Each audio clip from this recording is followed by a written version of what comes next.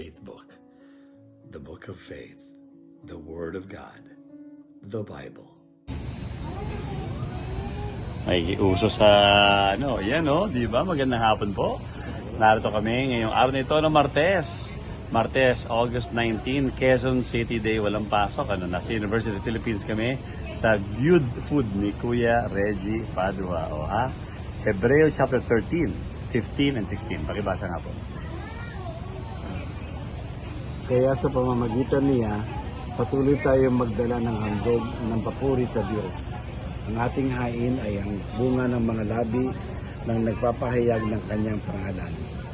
Ang paggawa ng mabuti at pakikibahagi sa paglilingkod ay huwag ninyo itong kaligtaan, sapagkat kalugod-lugod sa Diyos ang mga handog na tulad nito.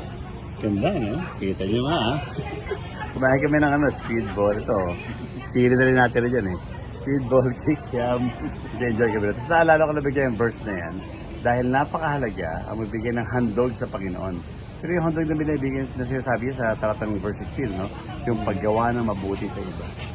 Sa lahat ng ginagawa mo na mabuti, dyan nakalulugod sa Panginoon yung paggawa mo ng mabuti sa iba.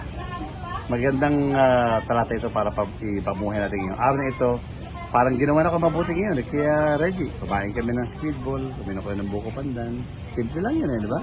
Pero malaking ginagawa po kapag gumagawa tayo ng mabuti sa iba. Para po ito yung aking t-shirt ngayon, You'll Never Walk Alone. Naalala niyo? Ito yung 2018. Lumakad kami sa UP, Oval, para kay Pastor Rodel Belina. Yung unang-unang hindi makalakad dahil sa gout. At kami nag-t-shirt, mga 50 kami nag-t-shirt noong 2018 para gawan siya ng mabuti. At patuloy papadala si Pastor Del Belina, mga kapatid. Na-confine muli siya sa World City College Hospital sa Aurora Boulevard. Pupuntahan nga namin ngayong hapon ito si Pastor Del.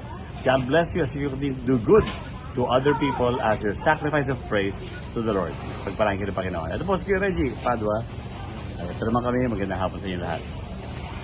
Ang galing, World City.